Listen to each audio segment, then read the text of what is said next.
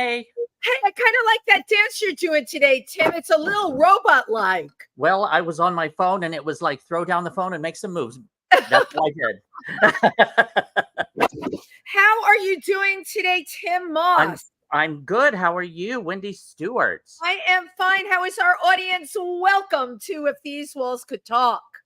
Yay. I'm Tim sorry. has been on the verge of electronic meltdown. And I'm still on it because I can't find our stream right now. So I will try to correct it as soon as possible. Well, don't even worry your pretty little head about it. These electronic things happen. And you know what? It's all part of the world that we're living in. Look what happened to Microsoft last week.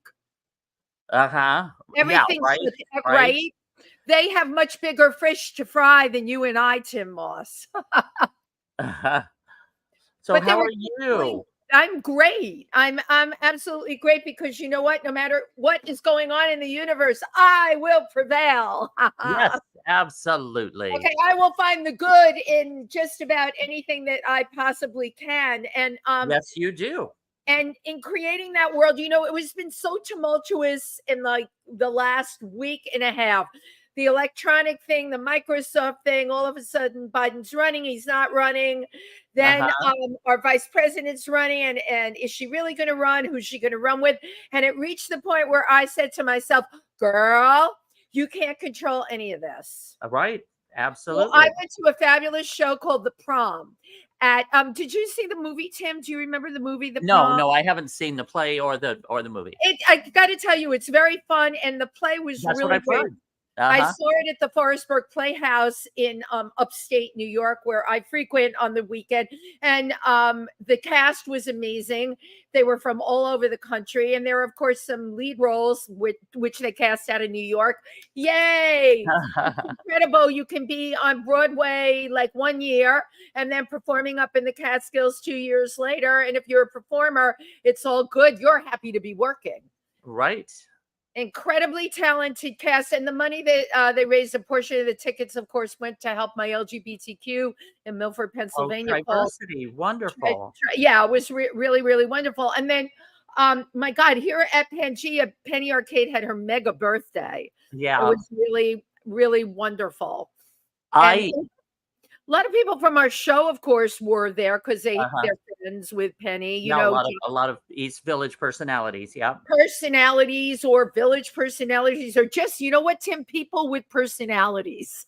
Yeah, those folks with personalities. David Mills was here, who's going to be upcoming on the show the end of August. Joey Arias, who's been on the show. Laura Burns, who was on the show last week, and a bunch of other people. It was a really great night. It looked very fun. We had a band. This lead singer's named Jackson. I don't know any more about him other than he was terribly good looking, and they played like some of the songs they played were like bossa nova. I felt like I was in Brazil, right? you got to keep the energy going. Speaking of Nora, first, speaking of Nora Burns, I went to see The Village the other night. Incredible. You were absolutely right, Wendy. It was just an amazing show. It was so much fun. You didn't stop laughing, right? You were just and that's at the Soho Playhouse through, when is it? August 10th. Until August 10th. You can go see that, or also David's friend. David's friend is Thursday and The Village is Wednesday. So tonight they can see The Village. The Village is Wednesday and Friday, and David's friend is Thursday and Saturday. Yeah. Through August 10th at the Soho Playhouse. Yeah. And then I did some reacts videos with Scott, where he's having a week of Tim, which was so nice of him. My friend on Quirky TV, he does reacts videos and has me come on frequently, and we built up a nice fan base on there, which is really nice. I love it. Tim, what is a reacts video? I meant to ask. A reaction video. What are you reacting to? Which, like what he does is he has a couple of artists. Like one is, his name is Ren. He's I think he's from Wales. Amazing. I swear to God, I have not seen genius like that since like Prince. Wow. He's remarkable. And so he'll just show me like one of the videos, and they show me reacting. Like they show the video, and then I'm on the side, and they show me reacting to it. And that's funny. What a reaction video is. Right. And they're big. Why? I don't know, but they are. I think that's great. So yeah, he's doing. We shot 5 of them. So I'm doing next week, Monday, Tuesday, Wednesday, Thursday, Friday of Tim, different ones. So and then last Saturday was Bronx Pride. Yes. And I not only stage managed backstage to keep the show going, but I also performed several times, and I was one of the hosts. Right. So I worked my tail off for like 8 hours nonstop. You always do. But Apollonia, really remarkable. Apollonia Cruz, who produces it. Of course, she wanted me to give you a big hug. Unfortunately, I'm not here in person. Yeah, she's really amazing. And your other host was Lady Clover Honey. Lady Clover Honey was one. Kelly Kaboom didn't come. Well, right. And there was one other, I think. Vanessa Valtre. Yes, was the other host. I love Vanessa. Right. Well, shout out to all of you for what you do and for all the information. It's actually a health fair as well as an amazing show. It's really great that you. Thank you for that. Yeah, and it is. It's such a great time. It's such a wonderful time. Well, then that was on Saturday, and then on Sunday I was planning on going to Penny Arcade's birthday at Pangea. And I was so wiped out, and I got on the train and I made it to 125th Street, and my body was just like, you do not need to be going out here. So I turned around and came back. So unfortunately, I could not join everybody down there, but it looked like a really fun time with Penny Arcade. Now, this weekend, Ike Avelli and I are flying out to Denver, Colorado. And we're doing our show 50 Shades of Gay. So anybody in the Denver, Colorado area, please come out to see 50 Shades of Gay. We are at the Clock Tower Cabaret. So just go to clocktowercabaret.com. Cool. And get your tickets. And I would love to see everybody there. Yay. Plus you get to be in Colorado in that fresh mountain air. Yes, at like 95 degrees. Right. But you know what? What did they say? The way they say it's a dry heat in Arizona. This is like it's a mountain heat. It's yes, right. Well, I'll let you know how a mountain heat is. Yes, I'm sure you will. I'll look for your post on Facebook. And I want to give a shout out here at Pangea. This week, Friday, July 26th, there is Show 'em How It's Done Comedy Night with Vicky Cooperman, Carol Montgomery, and Missy Hall. These are powerhouse women comedians, and Russian-born Vicky Cooperman has performed nationwide and was named one of Huffington Post's one of the ones to watch. She's been on Live from the Gotham, Nickelodeon, the Maxim Comedy Showcase. And she is, believe it or not, a regular on Sirius XM. So if you can come on down to Pangea, where we always have incredible shows. This one's going to be Friday, July 26th at 7 p.m. So join us down here. Last night I was here for the amazing Wendell Walker, his birthday. He was the one that ran everything at the Museum of the Moving Image. And now he puts up incredible exhibitions all over. So once again, we came to Pangea, we ate cake. And the reason I like streaming is I'm not here eating massive amounts of cake. I have to watch my girlish figure. Oh, and speaking of girlish figures, we have 3 amazing women on today. And this just ties in the fact we have women comics here that are coming here. It's the power of women, right? Yep. And when I first heard the name of this group from the incredible PR powerhouse Lori Tower, she's like, you have to hear them. They're really amazing. And you got to have them on your show. And she told me their name, Brokeneck Girls. I was like, Brokeneck Girls? Well, I'm not going to give too much away, okay? Because they're going to tell you the history of that name and everything about them. I want you to welcome Eve Blackwater, Jeannie Skelly, and Kendra McDevitt. Yay! Yay. Hello. Hello. How are you? How are you? We're so good. Yeah.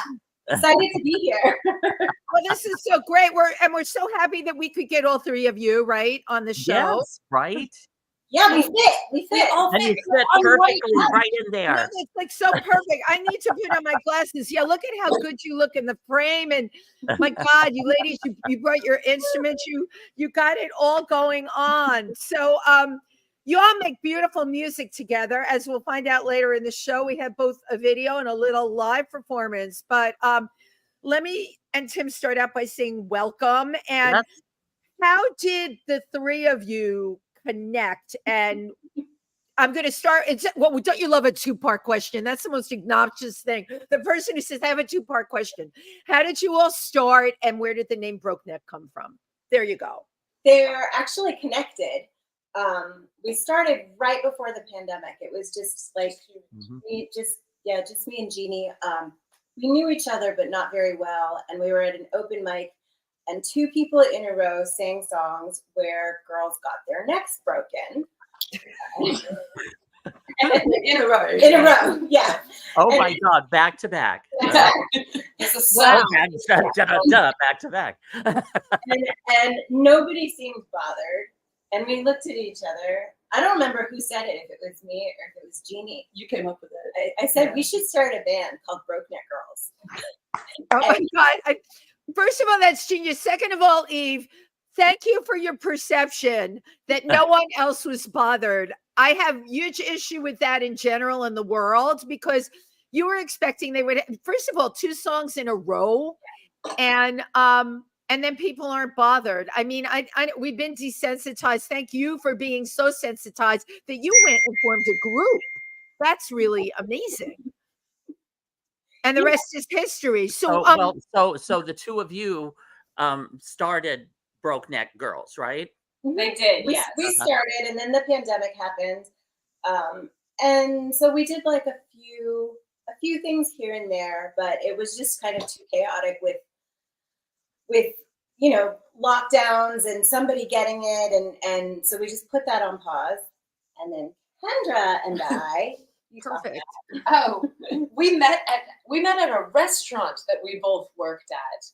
I was bartending and Eve was waitressing, and she was so cool and so nice. And she said, check out my music on Spotify. And I did it to be polite. And it was so good that I came back the next day. I was not cool at all about it. I was like, you need to be famous. It's not fair that you want.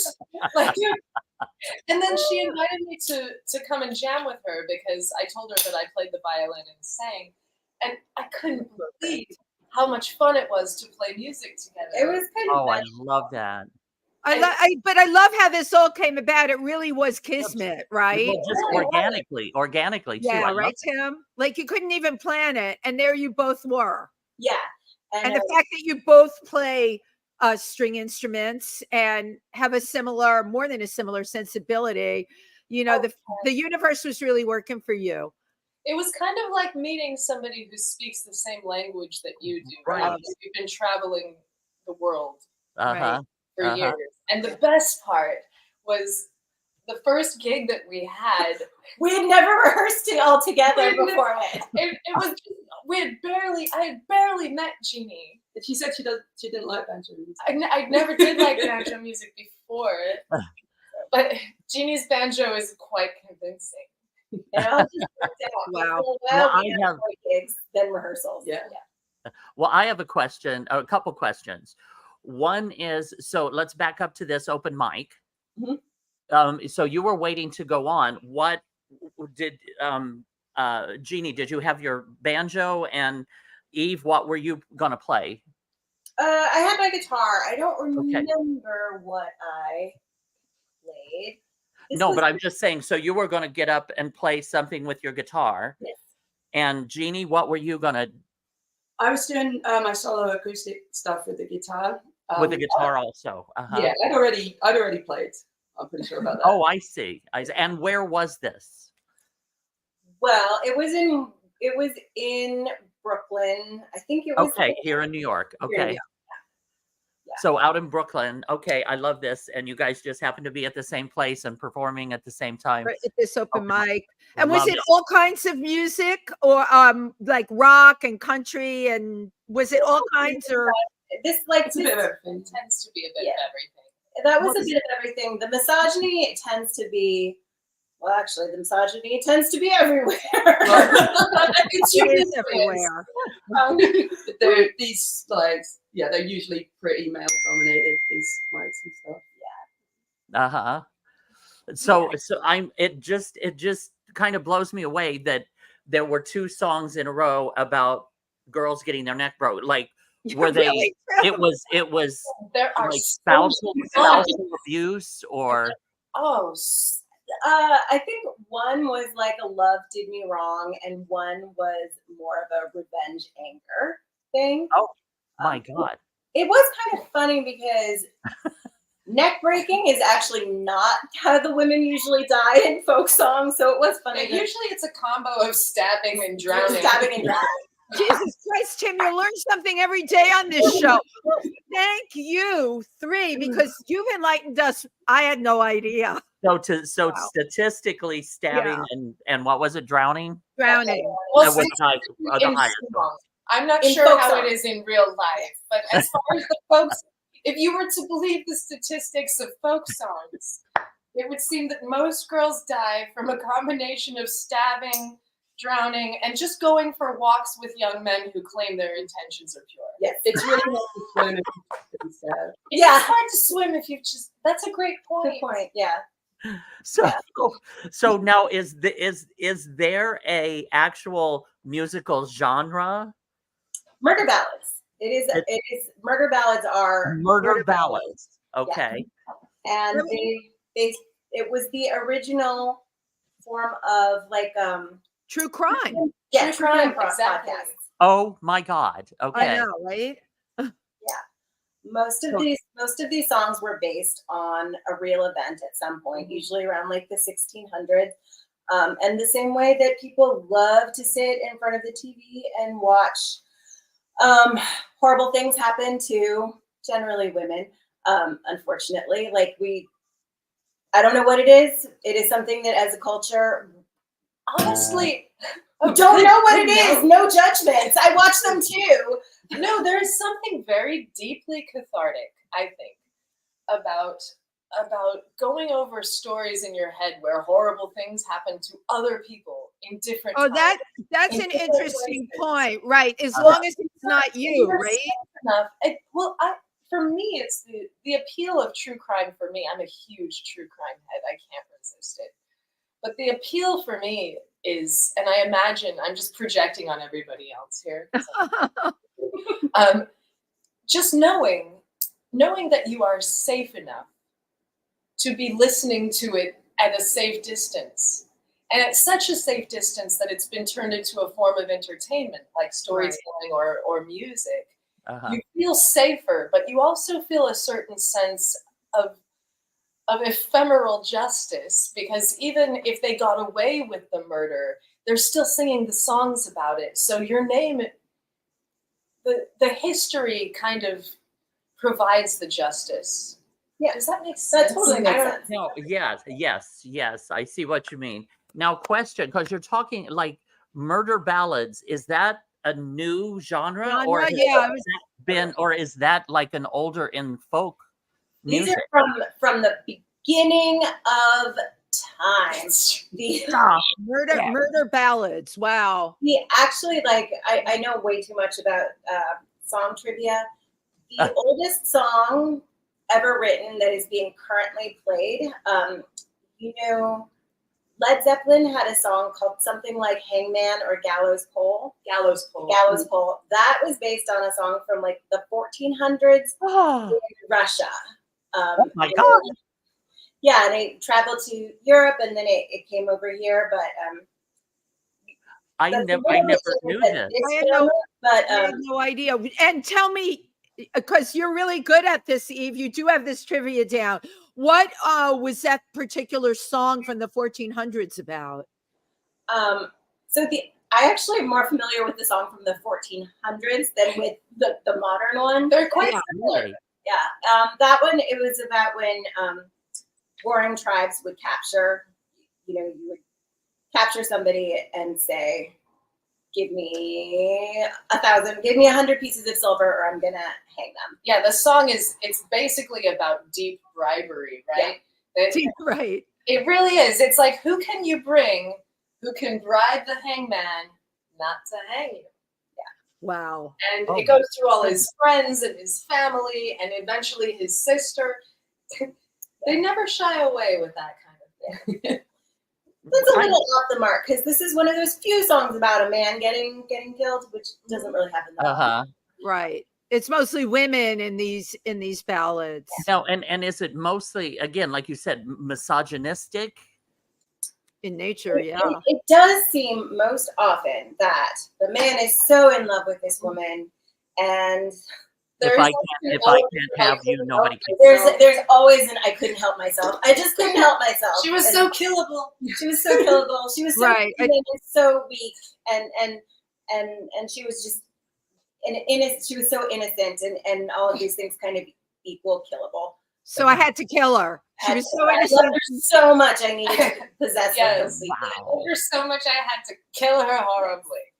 Oh my God. So that's not anything new. That's something that's been going on for centuries. Yeah. And I think you all hit on a really good point. I'm thinking about what you're saying in relationship to like horror films. The reason they're so entertaining for people in the way that true crime is as well, because, you said you're an aficionado of that, is it is something happening to somebody else. You can watch it and it's something way outside of you. Yeah, I think the difference is, with true crime, it is an actual reality. With horror, you can always say, okay, this is like way over the top. Or you can laugh at it, you can be scared by it, but there is a slight unreality to it. Exactly. That's a really good point, Wendy. With true crime, because I watch that at the gym because I'm desperate, whatever they have on the TV. So yeah, all those shows, Dateline and the ominous voice. Well, we continue with the mystery. You're drawn in because it is out there and you want to know what happened. And again, it doesn't really hit you so much as a reality. But if any of us on this screen right now personally experience that, I think it would be right. If we knew someone, it would be very, very hard for us to because it's personal, it's an entirely different story. Right. Yeah. Right. And No, I was going to take this to a dark place, and I am backpedaling very fast. Continue. That's fine. Take it. No, it's okay. We go down rabbit holes. We go into dark places. Right. You go wherever you're. Just go right there. Go wherever you're drawn. We can take what we're saying and spin it into now, right? The violence we hear about all the time in the LGBTQ community against trans women, violence in the community against women. Why do you think, because that's what we're talking about here, why do we think that is? Because we already know women are certainly not the weaker sex. Is it because men are often physically strong because they're bigger? I think we may really be onto something there, Wendy. I know I am. I'm going right down that rabbit hole with Eve. I think it has to do with male ego. Thank you, Tim. Right. And again, sorry, go on. No, you go ahead. I think, unfortunately, the more I look at this, sort of the more dark things end up going. And I end up being like, as people, we're not that messed up. And I just have to stop myself sometimes. But, when we were workshopping the play, we would have people over and we would talk about stuff. And somebody else, not me, brought up that a woman getting murdered is kind of the ultimate expression of femininity. There's the idea that she was so beautiful, the man couldn't help himself. And she was so weak, which accentuated him being so strong and rough, and she was so weak and fragile and compliant, and she believed him enough to follow his lies, and that is another reason that people really are very uncomfortable about violence against men, because it's kind of considered getting murdered is not very manly, but it is. Although, what's more manly? It's fascinating, isn't it? How there's this. It's almost biology. What we're talking about, sort of, especially when it comes to entertainment that reveals the dark side of human nature. We're looking at the thin veneer of civilization. I mean, did you ever see a baby that was so cute you just wanted to bite their little fat leg? Of course you would never. Oh my God, now we're into baby biting. Kendra's the one who comes. Baby biting. It looks delicious. Not that anybody would ever bite a baby. She bit a Nick. She bit a baby down the street. There was one baby. There wasn't a baby.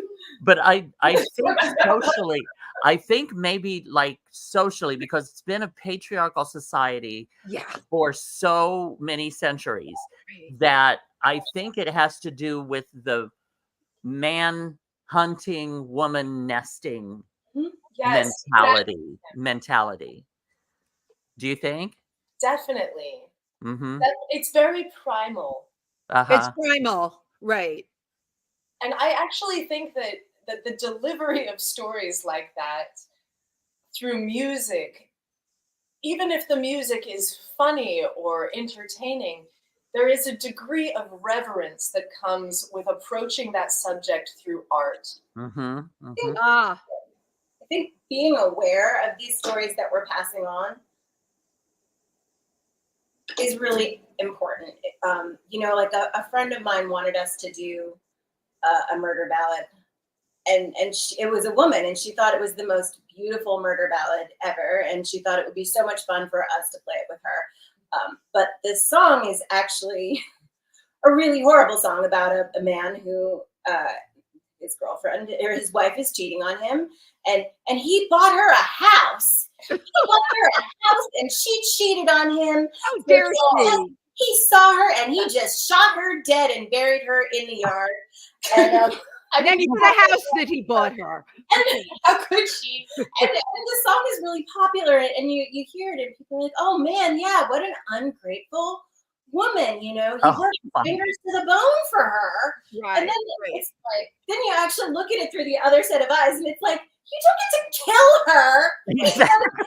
That was a little extreme, I think, Eve. That was just a little bit too much. Yeah. I'm curious because your play won the 2024 Fringe Festival for the best musical, Brokeneck Girls, the murder ballad musical.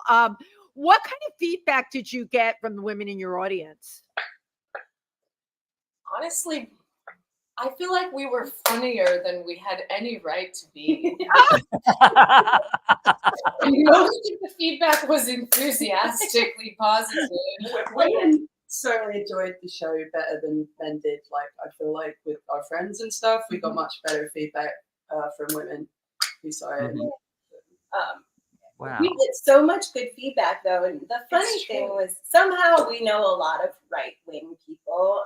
I don't know how, or I do at least. I don't know how that happened, but we didn't tell them that there was a message in the show that had anything to do with sexism or racism. We just told them it was, everybody loves murder ballads. So. Everybody does. So a lot of people came up afterwards and were like, "Oh my God, I really liked it.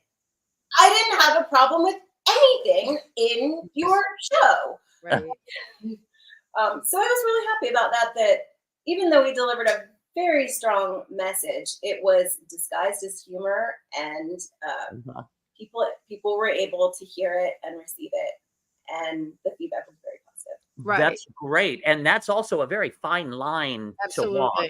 Exactly. But so you are basically a continuation of a very long lineage of this musical genre of music.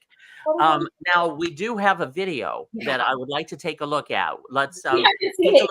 Oh, okay. Well, then we'll talk about the video after we take a look. Now we have Eve Blackwater, Jeannie Skelly, and Kendra McDevitt, who make up the fabulous Brokeneck Girls. Yeah.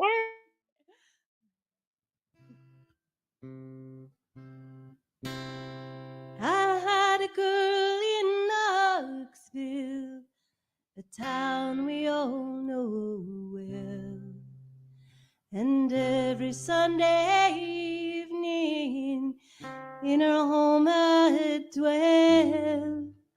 We went to take an evening walk about a mile from town. I picked a stick off of the ground and knocked that fair girl down. She fell down on her bended knee, for mercy she did cry. Oh, Willie dear, don't kill me here, I'm unprepared to die. She never spoke another word, I only beat her more, until the ground around her with her blood did pour. Hell yeah, I killed the Knoxville girl, unprepared to die. Hell yeah, I killed the Knoxville girl, don't nobody know why.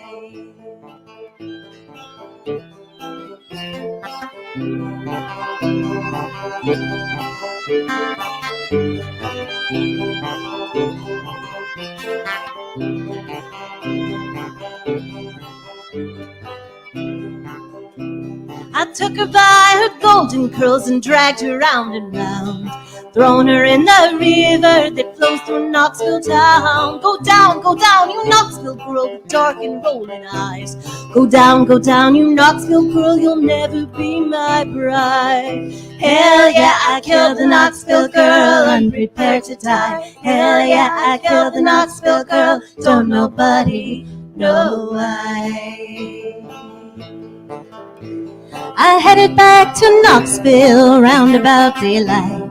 My mother, she was worried and woke up in a fright. Said, Willie dear, what have you done to bloody up your clothes? I told my anxious mother I was bleeding at the nose. Hell yeah, I killed the Knoxville girl, unprepared to die. Hell yeah, I killed the Knoxville girl, don't nobody know why. They took me down to Knoxville and locked me in a cell. My friends all tried to get me out, but none could go my bail. I'm here to waste my life away down in this dirty jail, because I killed the Knoxville girl, the one I loved so well. Hell yeah, I killed the Knoxville girl, unprepared to die. Hell yeah, I killed the Knoxville girl, don't nobody know why. You blamed and you murdered and other bad things. Let's get you down to the gallows, we wanna see you swing. The world is full of evil and folks doing wrong. Ain't no kind of justice, just this pretty song.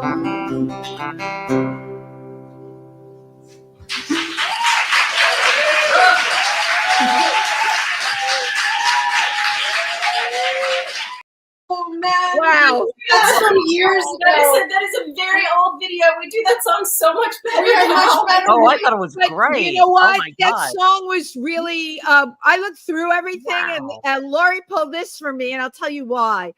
You all have voices like angels. And there you are when you listen to what you're singing with these voices like angels and the beautiful instruments with it. It is pure entertainment, and you sit on the edge, which is why I know why you won the Fringe Festival for Best And Musical. just not expecting that outcome. Well, thank you, Tim. It's the not expected, and then it's really quite incredible, and you're onto something that nobody else is on. And you're delightful to listen to. By the way, I mean, I'm sure as performers, you're like, oh, we did it so much better 10 years later or whatever. You know what? You all, it is so, I just loved it. And I love the three of you in it. And I have to tell you that my best friend in Fort Wayne, Indiana, Nancy Kuharski, is going to love you. She loves the true crime, everything. I have got to introduce her to your music. She will love you. Yeah. Now, are all of you from Brooklyn, or where are you from originally? Each one of you? I'm from Arizona originally. Uh-huh. I've been in New York for about 16 or 17 winters now, which is how you have to measure them when you're from Arizona. But I've been doing music for most of that. I've been in a lot of different bands, and I've done a lot of theater. But this is the most fun that I've had playing with this. See, I love this. I love hearing that. Yeah, and Eve, where are you from originally? I was born in New York because my parents met here, but they're my mom was from Kansas and my dad was from Maryland, and then we moved every 3 years because of my dad's job. So I am literally from nowhere. Anywhere. From nowhere and everywhere. Yeah. Everywhere. But I came here to go to college, and I've been here pretty much since then. Now, where did you study, and what did you study? Yeah. Oh, I went to NY. Screw you is the way that I think of it. I did major in theater, and then as soon as I graduated, I quit theater to do music. So Was that a Tisch? A Tisch, yeah. You were a Tisch, okay. Yeah. Wow. And Jeannie, the silent one, the quiet one. We haven't heard much from you, but I think I heard an accent. Yeah, I'm from London in England. Oh, from London. Oh, how fabulous. Oh, I'm sure they hit in history in London. Boy, let's face it, Jack the Ripper came out of London. There's got to be such a legacy of murder ballads from London. It's true. Yeah, there is. And a lot of these songs that are done in the States here and have been for a long time, like actually some of them are stories from England as well. I figured. Wow. So their origin was from England. Yeah. Knoxville, Wow. the one that you heard the video of, that took place in England. Oh, okay. Knoxville, really? Not Knoxville, Tennessee. Yeah, that's what I was thinking. That took place in Shrewsbury. But that you can't put Shrewsbury in a song like that. It's not catchy. It doesn't roll off the tongue. No, it's not romantic setting at all. Yeah, people started playing it in Knoxville, and that's the town, that name that stuck. Is people would always modify these songs to fit the place. Well, yeah, that's smart to fit, to fit your audience wherever you are. Yeah. So now, now I'm going dark here. Go dark, Tim. Go dark. Because the history of a lot of these musics. What would you say is one of the most worst twisted ones? What was that one about? Probably Tom Dooley. Wait, I mean, women killing song. all right, never mind. Well, tell me Tom Dooley. I feel go that you played is like one of the most violent ones in terms of the lyrics, but it's just like so catchy that so many people have done it. That's one of the more graphic ones, I think. Wow. Willow Garden is the second, I think, worst song. For sure. Yeah. Knoxville Girl is crazy because there are 105, that song from the clip that you just heard. There are 105 versions of that on Spotify right now. People like sing it, and people like to listen to it. And there's how many are done by female bands? Like 3 or 4, less than 5. Yes, I counted. Oh my goodness! Now, who were each one of your musical influences? Like who made you pick up the violin or pick up the guitar or the banjo? Yeah, or the banjo. Oh gosh. Well, I started asking for a violin at a disturbingly young age. Really interesting. My parents are wonderful. My mother's a music teacher, and my dad is a social studies teacher. They're both retired now. And they tried to talk me out of it, but they loved it so much that eventually they gave in. And fortunately, I was young enough and cute enough not to kill during the early stages of learning this thing. Yeah, right. But I was taught to play violin by Rexanne Lindsay, who was a wonderful violinist in the town where I was growing up. Wow. And I was really lucky that way. And your parents supported it, and you took it through to now. So great. I happen to love the violin. I didn't love it when I had to take it in 3rd grade. You had a choice of wind or strings. Right. I chose strings, and I remember this part of my neck hurt me all the time. Yes. You chose strings, and your name is Wendy. There you go. It's stringy. It's windy. So Eve, who was one of your influences? My parents made me buy everything. Like they didn't really I didn't have an allowance. So buying an album was a big deal, and I didn't have very many of them. Wow. I listened to Joan Baez. Oh yeah. Yeah, So she was an influence, although I really did not ever actually want to sound like her. So I feel like I have spent a lot of time trying to not sound like her and get as far away from Joan Baez as possible. But that is definitely an influence. Did your parents listen to folk music when you were growing up and moving all around? Was there anything? My dulcimer, which I'm probably not going to play, but my dad's a mandolinist, and my mother played dulcimer. This was hers. Gorgeous. And guitar and piano. So yes, like it was one of those things where the music books were out and the instruments were out. And one day I was 14 and I didn't have anything to do. And I was like, oh, you know what? It's time I learned how to do this. Just like that. Amazing. The things you can do when you don't get in your own head, when you're right. You know? Right. And you just did. Yeah. Right. Absolutely. And Jeannie? Yeah. Who influenced you, or what music did you listen to? I was basically saying I've been playing guitar since I was a kid. So guitar was like my first love, and like I was into, my dad was very into like the 60s kind of protest stuff. And you know, so I grew up on a lot of like Bob Dylan, Willie Nelson, things like that. And I only started playing the banjo. I always wanted to learn. I was into quite a lot of more like contemporary banjo bands. I didn't get a banjo until like, I think it was actually my sister and mom like chipped in to get me a banjo for my birthday. I love that. My 30th. My sister was reluctant about encouraging this, but so I didn't start playing banjo until I was in my 30s. I didn't have one when I first came out to New York. My mother actually shipped it over to me at one point, and I really didn't get back into it until I started playing with Eve.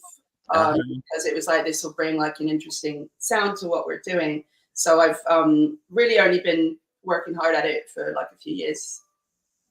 I love it. I have to tell you, I love the way the three of you sound together. Yeah. What the sound, and when I heard that video for the first time, I'm like, my God, it's the sound, the music that you make together is absolutely gorgeous. And it is folky, which goes against the words, which are not, right? But it's just incredible, and it leaves your listener wanting more. I'm very excited about things going forward for you. And absolutely.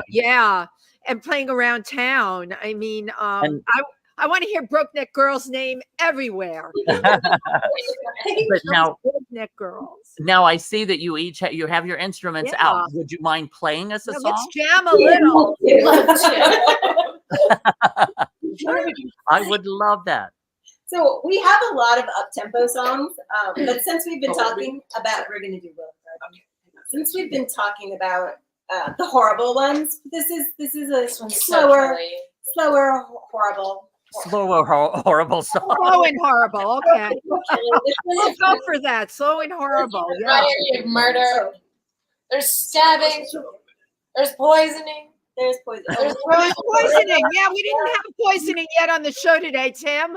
So we can look forward to it in this next live performance. Sorry, I have to find something. It got lost in the couch. We're finding our okay. Okay, Eve went to get the poison. Right? We're gonna get very real here. Everybody do a shot every time he kills her in a different way. Oh, we've got more than one. Okay. Anyone is fine. Oh, that's that right? Oh, okay. Sorry. Sorry. We're good. We're not always organized. Okay. It's part of our charm. Yes. So this song has been covered by so many people, including Brandy Carlisle and Nora Jones. Like, this is their song because it's so pretty, but it's awful. And so I feel like, right, especially if you're Rose Connolly. Yeah. It's also based on a true event. And wow. So I feel like as you listen, you have to count the number of fucked up things. And when I do that, I'm going to start a little tab on my paper here. There's so many. Like, why did she fall asleep on the date? Why did he bring weapons with him? Why did he bring so now? So are you ready? Are you tuned and ready? We're ready. Yeah. Ready. Okay. So Take it away. So please welcome Eve Blackwater, Jeannie Skelly, and Kendra McDevitt, also known as Brokeneck Girls.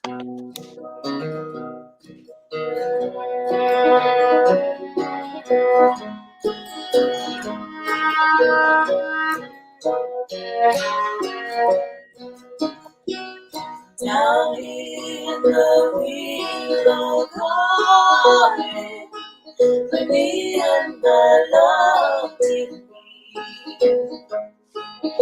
As we sat apart, my love went off to sleep. I had a bottle of burgundy wine. My love, she did not know. So I poisoned that dear girl on the banks below.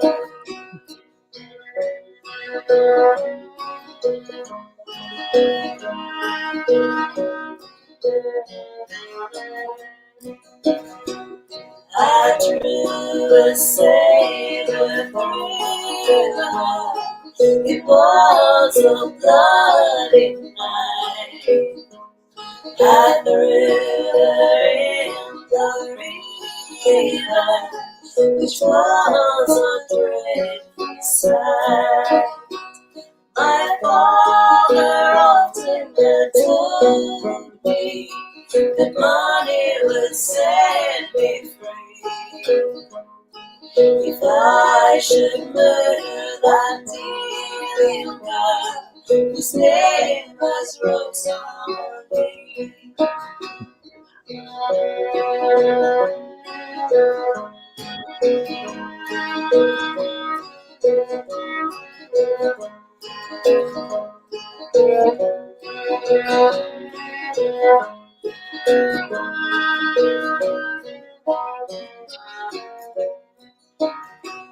My father sits at his cabin door, wiping his tear-dimmed eyes.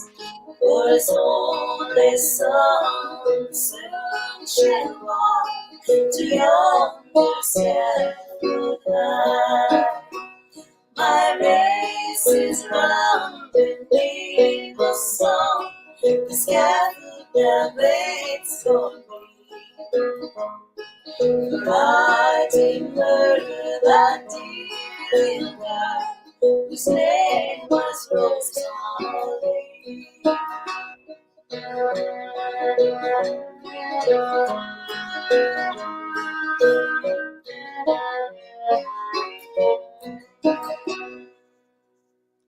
Oh my God. Amazing. I couldn't catch all the words. I think like you weren't, but I had four. First, he poisons her. Yeah. That was the first one. I got that one. And then there was bloody knife. A saber, like a big long. It was a saber. A long knife. Runs it through. It was a bloody knife. It was a bloody knife. Exactly. It was a bloody knife again. And then he throws her in the river. Oh, right. yeah. Dreadful sight. He admits it was a dreadful sight, but he still did it. And then he says, my dad told me to. Right. He blames his dad. Oh. Like, who blames their dad? Well, it's the fact that he could do all of this and there was no conscience connected to it. That's what I got from the whole film, you know? Yeah. Wow. The scaffold waits for him, though. So there's your illusion of justice. Yeah, you're right. There's a real disconnect because he's like, because I did murder that dear little girl. He loves her so much. Right. Oh The dear little girl that he killed 3 ways. Like, what? Wow. Right, because one way wasn't enough. It's like, you know, oh, poor me, I have to do that. It's literally overkill. Yeah. You literally stop. Literally overkill. That's great. I like that, Tim. Jeannie always points out, like, why are these guys bringing knives on dates? Right, they're really weird. No, like it sounds like there's more than one, but like the good example is back to the Ohio. He's planned this nice romantic walk. He's going to propose to her. She says no, and he stabs her. So it's like you plan this lovely day. You're going to propose. He's like, but you brought a knife. Just in case. Just in case she says no. Right. He was ready. Right. Oh my God. What did we learn from this? Don't say no. Also, learn to swim. There's something you can get from these songs. Don't say no. You know, Oh my my brain God. is racing while we're talking because these are male to female with the males doing the killing, right? Mhm. In the history, I wonder if there is the history of these songs and how much we would know, like female with female, male with male. I know we have female killing males. That's a big genre, like Lizzie, you know, the Ballad of Lizzie Borden or whatever. But I wonder those how were many parents, I female to female lovers where one kills the other in such hideous ways. Lovers. There's very few songs about female lovers. There Right. are a lot of there. I don't know any songs that Often female lovers- sisters. Sisters. Oh, Remember that Wind in the Rain? Yeah, and sibling rivalry. Yeah. in terms of like that sort of area, it's common to have a woman disguised as a man. Yes, Ah. that's huge. That is huge, and that person is usually the heroine. These Wow. songs are a lot less known, and there's Wow. usually a boat in them. Right, they're usually sea shanties. It turns out they're not very picky when it comes to sailors, and if you're a girl and they really need a hand with the rigging, they're gonna look the other way. Oh Jenny, my- like that, not very picky when it comes to sailors. That's fun because neither am I. I had to throw that one at you, Tym Moss. It was just too good. Oh my God. Wow. So now, how can people find out more about Yeah. Brokeneck Girls? We have a whole lot of social media. We do. There you go. Yeah. Tell us about it. Thing, we have a website, which is themurderballadmusical.com. The murder, The Ballad. murderballadmusical.com. Yes. and that's the name of your play, right? The musical. Yeah. The Okay. name of the play is actually Brokeneck Girls, the Murder Ballad Musical. But Uh-huh. the website is just themurderballadmusical.com. Okay. And that's this website. That's the website. There's a lot Okay. of good videos and info on there. And then we have Instagram Yep. and We Facebook for both the band and And the for show. the show. Is Brokeneck Girls. So we have Brokeneck Girls on Facebook and Instagram. That's just for like our regular band stuff. And then for things related to the play, we have the Murder Ballad Musical. Okay, so the Murder Ballad Musical.com Mhm. and Right. also the Murder Ballad Musical Facebook and Instagram Mhm. and Brokeneck Girls Facebook and Instagram. Yes. Yes. Okay. Yeah. Okay. And then people can find out individually. more about it and send you questions or anything. Yeah. Uh-huh. Yep. Yeah, And that's maybe a great. booking. Yeah. Well, there's certainly, you know what? The beauty of the three of you being here in New York is we have so many venues that Mhm. are open for performance, and your style and what you sing about and the chemistry between the three of you is really quite fabulous. And you know, I definitely want to see you out there and tell people, oh, go see them. They're at this venue or that venue. You're going to love their Absolutely. music, right? I think you should have like Brokeneck Girl, like have an evening, like whenever book a night somewhere and have it called Brokeneck Girls, an evening of murder and mayhem. Ooh, Oh totally. my God, I love that, Tim. That's great. I want to go to that. Great. It's all yours. Right. And then underneath you can write, we're mad as hell and we're not going to take it anymore. That's great. We just put your advertising together for you. And Thanks, guys. Thank you. Great ideas. now, Oh my goodness. what are you all like in your spare time? What are you all into? Each one of you. Well, Like, do you like to cook or do you? yeah. Like what floats your boat? Oh, I have a garden of black flowers. That's my thing. Oh, You like sweet, flowers. Okay, nice. cool. Black flowers. Black flowers. Black flowers. Black flowers. Wait a minute. So you have a garden of black flowers. Sour flower. That you use black water on. No, I'm right there with you, Eve. I got you on this one. No, really, what kind of flowers do you grow? I have the black petunias are the most impressive black flowers. Wow, that is like so interesting. Yeah, the black petunias, black scabiosa. Wow. What else? There are black irises, black tulips. There's always something black in there. For a while, it was all black, and then it was a little sparse. It's very exotic, though. When it comes to like, I think I have seen black tulips maybe at the botanical gardens, and they were very special. You can actually grow this stuff. Yeah. I mean, honestly, they're all very, very, very dark purple. There is you can't actually. Right, but they're dark. Yeah. So some people have a green thumb. You have a black thumb. Got it. Got a black thumb. Eve plants things. I bury them. A black thumb is when you cannot make things grow.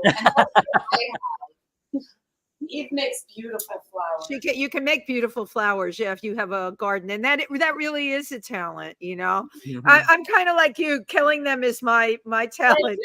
Can't help it. You're so cute.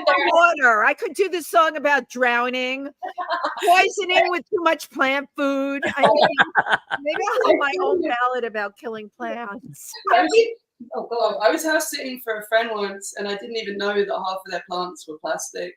And I was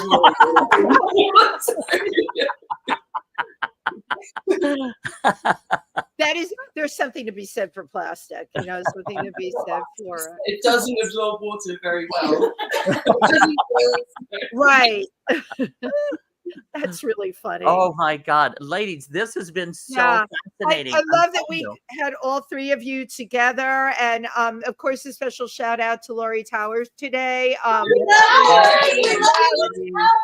For Lori, we always appreciate people that tell us, hey, you know what, you've got to have these people on, and we're always looking for new people. We have seasoned people on, but that's what makes the entertainment world go round. But see, I've been a singer my entire life, and this is the first time I've heard about what is it? Murder ballads. Yes. So many. And I can't believe, and I'm finding it absolutely fascinating. It is fascinating. Thank you. I so appreciate your introducing me to this. So yeah. It absolutely is fascinating, So Tim, are you gonna go and start to Google murder ballads and come up, or you're gonna be singing about stabbing and poisoning and all of that? Well, I wouldn't sound nearly as good as these three ladies, that's for sure. When it comes with that style, that definite style. There are a lot of modern murder ballads that people don't really realize that they're murder ballads. Do tell. Tell us. Guns N' Roses used to love her, but I had to kill her. Who? Absolutely. Like that is traditional murder ballad format. And then Nirvana in the Pines. That is from the late 1800s. That's actually pre. Wow. I didn't even know that, and I know that song. I had no idea. Eminem had an entire, I don't know what it is, I haven't listened to it, but I know Eminem had an entire album called something like Music to Murder By. But he is a real killing album. He has a song about killing his wife. Think of all the rap songs about killing women. Right, he did have a lot of rap songs that had, but here's the thing. Like what I love about what the three of you were doing, it was very unexpected. Right. Because the beautiful sounds that you make on stage together and the beautiful voices, and then these horrible things are happening in the song. So Delilah's a karaoke song, like the Tom Jones song, Delilah. Delilah, right. Delilah.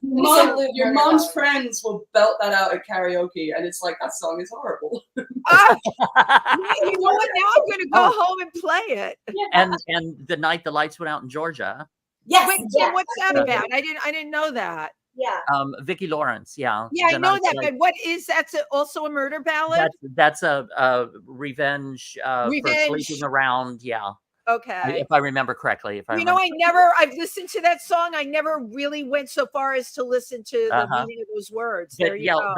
But like Wendy said, because your sound is just, it's so nice and so flowing. And then it's like, excuse me, what? What did you say? Stabbing, bleeding, my God. I love that. Love it. Love it. Well, I want to thank all of you for coming on today. Thank you so much for having us. You guys are wonderful.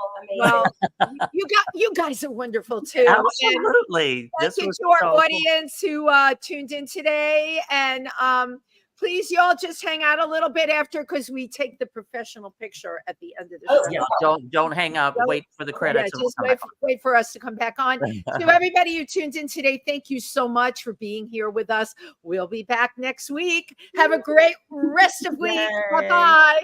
Thank you, ladies. Bye-bye.